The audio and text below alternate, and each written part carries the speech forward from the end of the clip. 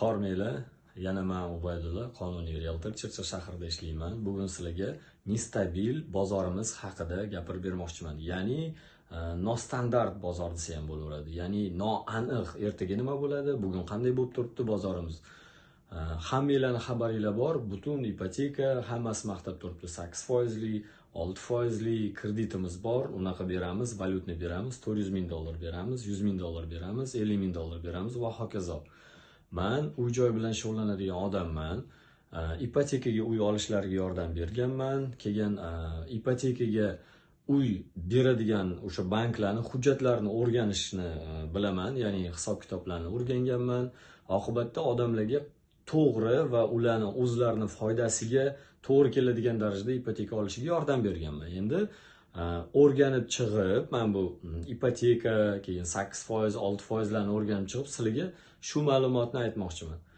Sizlar shunaqa uy olgan odamlar bilan borib uchrashishinglar kerak. Birinchisi, ya'ni bu to'g'ri an'ana. Siz Alisher Navoiy ko'chasi qayerda deb so'raysiz. Mabodo sizga 3 ta odam bir xil направленияni ko'rsatsa yo'nalishni, demak Alisher Navoiy ko'chasi mana shu tomonga deb ketasiz. Endi ipotekaga uy sotib olib, uni bo'lib to'lab o'ziniki qilib olgan kamida 3 ta odamni topishingiz kerak.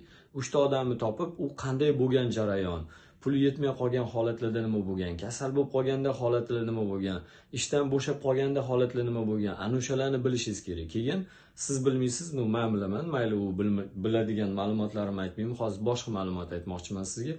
Davlatga tegishli yoki aksioner banklar 100,000 so'mning ustiga 30,000 so'm qo'yadi. Sizga 14%, 16%, 20%, 24%, 28% deb shartnomada ko'rsatadi, lekin garantiya beraman, hammasida 30% bo'ladi.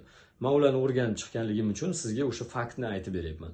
Endi masalani boshqa tomoni, 8%, 6% valyutniy kreditlar, bular hech qaysi biri bank emas. Birinchisi, ikkinchisi bular davlatga ham tegishli emas. Uchinchisi, asosiysi, bular banklar 100,000 so'mning ustiga 30,000 so'm qo'shib olsa, har bir kechga qoldirgan 100,000 so'mingizga, bular 100,000 so'mning ustiga 120,000 so'm qo'shib oladi. Ya'ni siz uy-joy sotib olmoqchi bo'lsangiz, ipotekaga yoki kreditga olmoqchi bo'lsangiz, eng avvalo shunaqa ipotekaga kreditga olgan odam va u oxirigacha to'lab uzgan odamni topib, u bilan maslahatlashishingiz kerak. Va undan tashqari, qo'lingizdan kelsa, mabodo o'sha bizga o'xshagan soha egalari bilan ham maslahatlashsangiz bo'ladi. Har kuni emas, haftada hatto bir marotaba sizlarga kerakli bo'lgan ma'lumotlarni berishga harakat qilaman. Kuzatishda davom etinglar. Mabodo kredit bilan, valyutniy, ipotechniy, aynan uy-joylar olmoqchisizda, shu bilan kredit bilan bog'liq savollaringiz bo'lsa, kommentariy yozinglar. Mabodo shu aytib o'tgan ma'lumotlarim sizga foydali bo'lsa, like bosish esdan chiqmasin.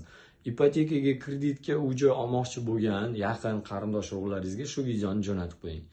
Sababiki, ular bilmasdan turib o'zlarini juda katta qarzga, yamaga tashlab yuborishligi mumkin. Keyin qandoq to'lashni, to'lagan jarayonda ularning foydasiga, zarariga nima hal bo'lishini ham ular bilmaydi.